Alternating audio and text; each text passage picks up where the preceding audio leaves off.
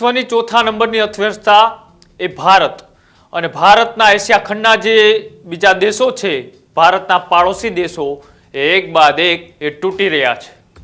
થોડા વર્ષો પહેલા એ બાંગ્લાદેશ તૂટ્યું, ત્યાંના વડાપ્રધાનને એ ભારતનો સહારો લેવો પડ્યો. શ્રીલંકા તૂટ્યું, અફઘાનિસ્તાન તૂટ્યું અને હવે વારો આવ્યો ભારતનો એકદમ પાડોશી દેશ એ નેપાળની.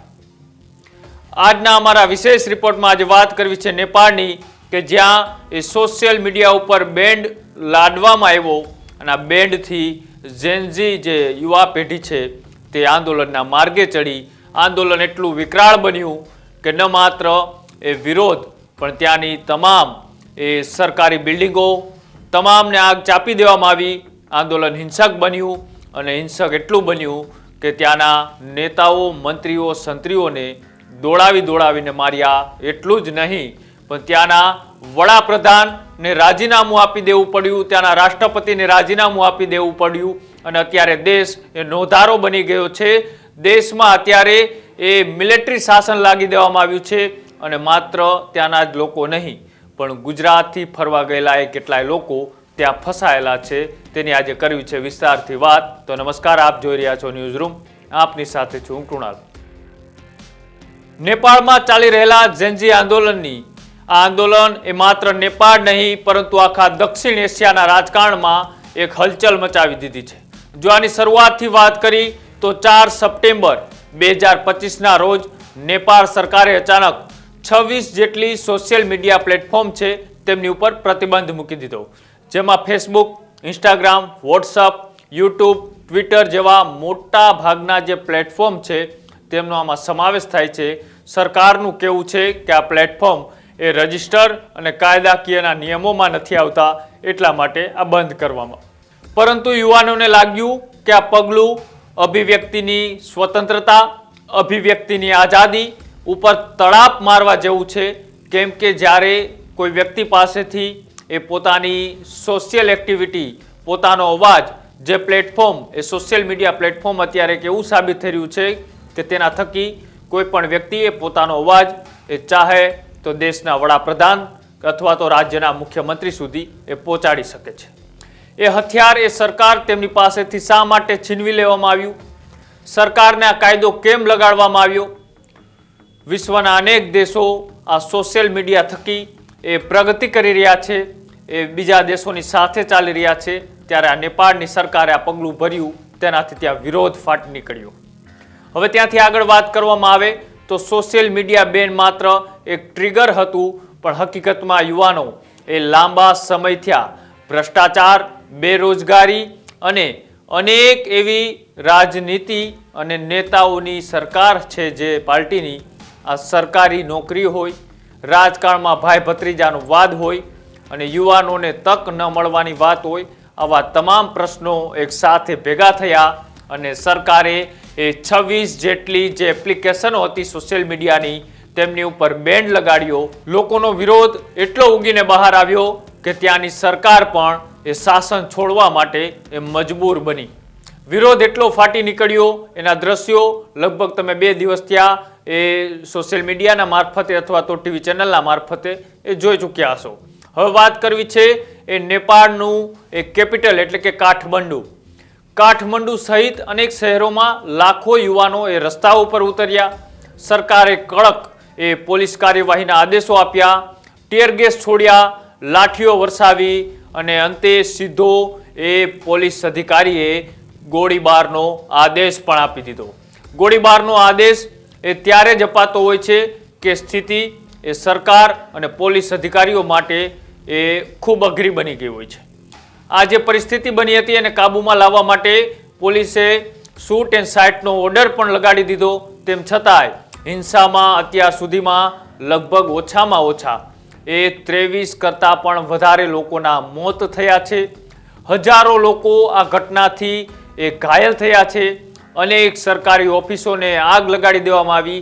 ન માત્ર સરકારી ઓફિસ, એ વડાપ્રધાનનું ઘર, ગૃહમંત્રીનું ઘર અને દેશની લોકશાહીનું એ જેમને મંદિર કહેવામાં આવે છે એવા સાંસદ ભવનની વાત હોય અને જ્યાંથી આખા દેશનો ન્યાય થાય છે એવી સુપ્રીમ કોર્ટને પણ એ આગથી ચાપી દેવામાં આવી. આટલી ભયાનક પરિસ્થિતિ અત્યારે નેપાળની અંદર સર્જાય છે. નેપાળ અત્યારે એ આખું આગના ગોળાથી ભરાયેલું છે. ગમે ત્યારે હજુ પણ મોટા વિસ્ફોટ થઈ શકે તેવી શક્યતાઓ દેખાઈ રહી છે. અને સાથે જ સરકાર પણ હવે મજબૂર બની છે પરિસ્થિતિને કાબૂમાં લેવા. એ સરકારે કર્ફ્યુ પણ જાહેર કરી દીધી, પરંતુ દબાણ વધતા સરકારે સોશિયલ મીડિયા પરનો એ બેન્ડ છે તે તો પાછો ખેંચવો પડ્યો અને માત્ર 48 કલાક પહેલા જાહેર કરેલો, માત્ર 48 કલાક પહેલા જે સરકારે એ સોશિયલ મીડિયાનો જે બેન્ડ હતો 26 જેટલી એપ્લિકેશન ઉપર એ લગાડ્યો હતો. અને બેન્ડ લગાડતાની સાથે જ એ 4 તારીખથી આખું નેપાળ એ ક્યાંક ને ક્યાંક રસ્તા ઉપર ઉતર્યું હતું. તેમ છતાંય આંદોલન હજી શાંત નથી પડ્યું, કારણ કે હવે યુવાનો સોશિયલ મીડિયા જ નહીં પણ હવે જે ભ્રષ્ટાચારના ખાટલાને હલાવવા માંગે છે. સરકાર ઉપર એટલી એન્ટી ઇન્કમ્બન્સી લાગેલી છે. બેરોજગારની વાત હોય, એ વિસ્તારના યુવાનોની વાત હોય, એ વિસ્તારના શિક્ષકોની વાત હોય, એ વિસ્તારની શિક્ષિતની વાત હોય, આવા અનેક મુદ્દાઓ છે. રાજનીતિની પણ એટલી ચરમસીમા આ વિસ્તાર પાર કરી ચૂક્યું છે કે ભાઈ ભત્રીજાવાદ હોય, પરિવારવાદ હોય, આવી તમામ સમસ્યાઓની સામે હવે ત્યાંનું યુવા ધન એ સરકારની સામે પડ્યું છે. અને એનું પરિણામ અત્યારે આખું દેશ અને આખી દુનિયા જોઈ રહી છે. હવે વાત કરવી છે પ્રાદેશિક અને આંતરરાષ્ટ્રીય સ્તરે આની શું અસર પડી. આંદોલનના કારણે નેપાળની રાજકીય સ્થિરતાના અનેક પ્રશ્નો ઊભા થઈ રહ્યા છે. તેમની જો નજીકના દેશોની એટલે કે પાડોશી દેશોની વાત કરીએ તો ભારત, ચીન અને અન્ય દેશો જે પાડોશી છે તે પરિસ્થિતિ ઉપર નજર રાખીને બેઠું છે. અનેક આંતરરાષ્ટ્રીય મીડિયાએ આ આંદોલનને ઝેનઝી રેવોલ્યુશન એવું નામ પણ આપવામાં આવ્યું છે. આ આંદોલનને ઝેનઝી રેવોલ્યુશન નામ એટલા માટે આપવામાં આવ્યું છે કે આંદોલનની ચળવળ એ યુવાનોએ ઉપાડી હતી અને યુવાનોની બાદ આખો દેશ યુવાનોની પાછળ જોડાયો હતો.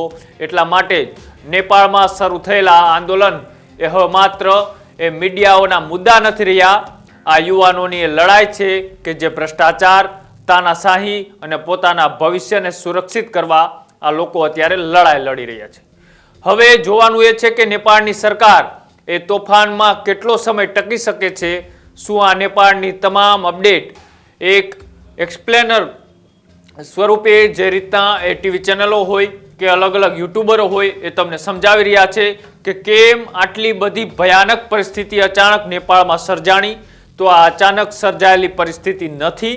વર્ષો થયા એ ત્યાંની પબ્લિક એ ક્યાંક ને ક્યાંક એ ભ્રષ્ટાચાર હોય, એ તાનાશાહી હોય, આવા અનેક મુદ્દાઓથી પીડાતી હતી. અને અચાનક એ તેમની ધીરજ ખૂટી અને સરકારે 26 જેટલી એપ્લિકેશનો ઉપર બેન લગાડ્યો અને સોશિયલ મીડિયા તમામ બંધ કર્યું. અને તેના પરિણામે આ તમામ યુવાનો હતા ઝેનઝી એઓ રસ્તા ઉપર ઉતરી આવ્યા.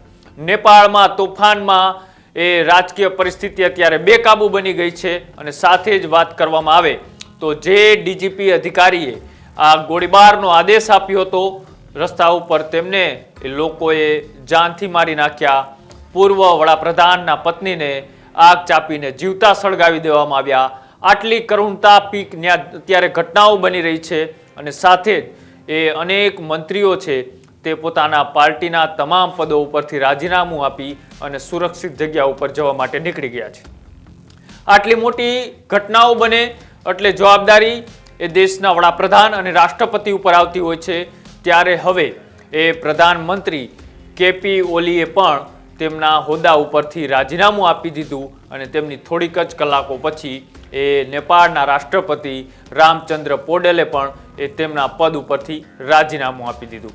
નેપાળ સરકારના મંત્રીઓએ જે હતા તેઓ પદ ઉપરથી તો રાજીનામું આપી દીધું, પણ જ્યાં જ્યાં રસ્તાઓ ઉપર સરકારી અધિકારીઓ કે મંત્રીઓ દેખાય તો લોકો તેમને દોડાવીને મારતા હતા. એ વિત્ત મંત્રી હોય કે અન્ય હોદ્દા ઉપર રહેલા મંત્રીઓ હોય, આ લોકોના વિડીયો પણ જાહેર થયા હતા કે લોકો તેમને રસ્તા ઉપર દોડાવીને મારી રહ્યા હતા.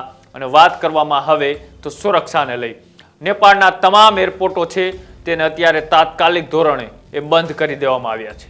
નેપાળની અંદર એ પશુપતિનાથનું મંદિર છે, અન્ય એવી સુવિધાઓ છે. એવરેસ્ટ પર્વત ચડવા જવા માટેના લોકો છે તે નેપાળ થઈને જતા હોય છે. આ તમામ જગ્યાએ અત્યારે ઇમરજન્સી લગાડી દેવામાં આવી છે. એર ઇન્ડિયાની જે ફ્લાઇટો છે એ ત્યાંની ત્યાં છે અને અહીંયા દિલ્હીથી કાઠમંડુ જનારી ફ્લાઇટોને પણ અત્યારે અહીંયાથી ટેક ઓફ કરવાની મનાઈ કરી દેવામાં આવી છે. હવે આગળ વાત કરવામાં આવે તો નેપાળમાં પરિસ્થિતિ સરકારની કાબુ બહાર નીકળી ગઈ છે. અનેક બિલ્ડિંગો ખાખ થઈ ગયા છે. પીએમ હાઉસ સહિત સંસદ ભવન આ તમામને બાળીને ખાખ કરી દેવામાં આવ્યા છે. 23 જેટલા લોકોના મૃત્યુ થયા છે. એટલું જ નહીં પણ લગભગ 17 જેટલા ગુજરાતીઓ પણ એ કાઠમંડુના આ ભયાનક તોફાનની વચ્ચે અત્યારે ફસાયેલા છે. સરકાર તેમને બચાવવાનો પ્રયત્ન કરી રહી છે. સરકાર તેમને સુરક્ષિત ગુજરાત પહોંચાડવા માટેના એ વિદેશ મંત્રાલય હોય કે પછી આપણું એમ્બેસી હોય, દૂતાવાસ હોય, આ તમામ અત્યારે આ લોકોના સંપર્કમાં છે. પણ આ ભયાનક પરિસ્થિતિ બનવા પાછળનું કોઈ કારણ હોય તો ત્યાંની સરકારની નીતિ, ભ્રષ્ટાચાર અને સાથે જ આ જે 26 જેટલી એ સોશિયલ મીડિયા એપ્લિકેશનો છે તેમના ઉપર બેન્ડ લાગવો, આ તમામ વસ્તુનું એક ચક્રવ્યૂહ રચાયું અને આ ચક્રવ્યૂહ એ ઝેનઝી નામની યુવા પેઢીએ ઉપાડ્યું અને આખી સરકારને હાલક ડોલક કરી. એટલું જ નહીં પણ આખા નેપાળને ખેદાન મેદાન કરી નાખ્યું.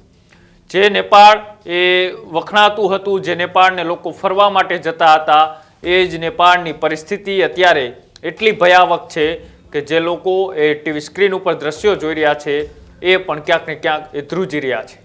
જે લોકો એ બચવાનો પ્રયત્ન કરી રહ્યા છે એ તમામ લોકોને સુરક્ષિત લઈ જવા માટે હેલ્પલાઇન નંબર પણ જાહેર કરવામાં આવ્યો છે. બીજા દેશથી ત્યાં લોકો ફરવા આવ્યા હોય અથવા તો એ વિસ્તારની આજુબાજુમાં ક્યાંક ફસાયેલા હોય, આ તમામ લોકોને અત્યારે ત્યાંની આર્મી એ ક્યાંક ને ક્યાંક કંટ્રોલ કરવાનો પ્રયત્ન કરી રહ્યા છે. પણ છેલ્લા 48 કલાક થયા એ નેપાળની પરિસ્થિતિ એટલી ભયાનક છે કે આંદોલન ક્યારે રોકાશે એની ખબર નથી. સરકાર ટકી નથી, મિલિટરી શાસન છે. આ તમામની વચ્ચે જે રીતના વર્ષો પહેલા એ તાલિબાનીઓએ અફઘાનિસ્તાન ઉપર શાસન કર્યું, એની બાદમાં વાત કરવામાં આવે તો એ શ્રીલંકા તૂટ્યું અને પછી એ બાંગ્લાદેશ પણ તૂટ્યું. એટલે કે ભારતની આજુબાજુમાં આવેલા પાડોશી દેશ એક બાદ એક તૂટી રહ્યા છે. ભારત હંમેશા હળીખમ ઊભું છે. જ્યારે કોઈ વિદેશી દેશોને જરૂર પડે ત્યારે ભારત હંમેશા મદદમાં આવતું હોય છે. અત્યારે વાળો નેપાળનો છે અને હવે જોવાનું એ છે કે આપણી સરકાર એ તમામ લોકોને કઈ રીતના આબાદ અહીંયા ફરીથી આપણા દેશની અંદર પહોંચાડે છે. પણ અત્યારે નેપાળની મેં તમને આખી કહાની સમજાવી કે જ્યાંથી શરૂ થયેલી આ કહાની અત્યારે અહીંયા આવીને ઊભી છે. મારા અહેવાલને લઈને તમારું શું કહેવું છે કોમેન્ટ બોક્સની અંદર જણાવજો. જોતા રહેજો ન્યૂઝરૂમ. નમસ્કાર.